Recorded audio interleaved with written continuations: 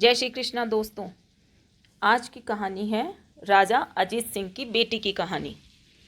राजकुमारी रत्ना राजा अजीत सिंह की इकलौती पुत्री थी। वह अपनी पुत्री रत्ना के लिए एक सुयोग्य वर की तलाश कर रहे थे। राजकुमारी रत्ना बहुत ही पढ़ी और कुशल थी। अनेक राजकुमार उनसे विवाह करना चाहते थे। कई राजकुमारों ने तो राजा के पास शादी का संदेश भी भेज दिया।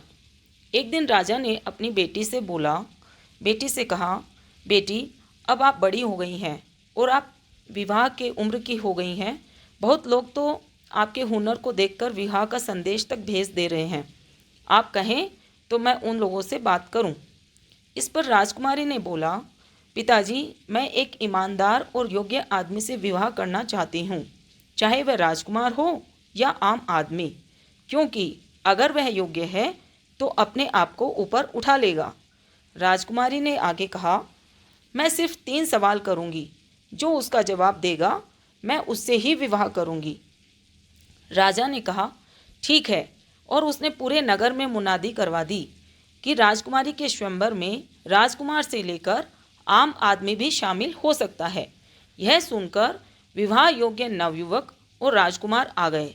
राजकुमारी रत्ना वहां आई और सबको नमस्कार किया और बोली, मैं 3 सवाल करूंगी, जो सही जवाब देंगे उससे ही मैं विवाह करूंगी, और अगर किसी ने गलत जवाब दिया तो उसको 20 कोड़े मारे जाएंगे।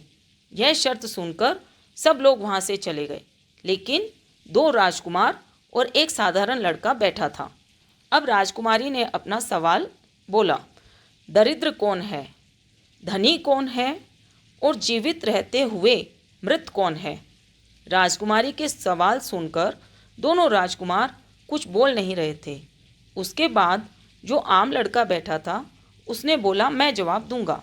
राजकुमारी ने बोला, सोच लेना, अगर एक भी जवाब गलत हुआ तो 20 कोड़ों की मार पड़ेगी। युवक ने कहा, कोई बात नहीं, अगर जवाब सही नहीं हुआ तो आपके प्यार में कुछ भी करने को तैयार हूँ। युवक ने जवाब दिया, पहले प्रश्न का, जिसकी चाह असीमित है वह दरिद्र है। फिर युवक ने दूसरे प्रश्न का उत्तर दिया, जो पूर्ण रूप से संतोषी है वही धनी है।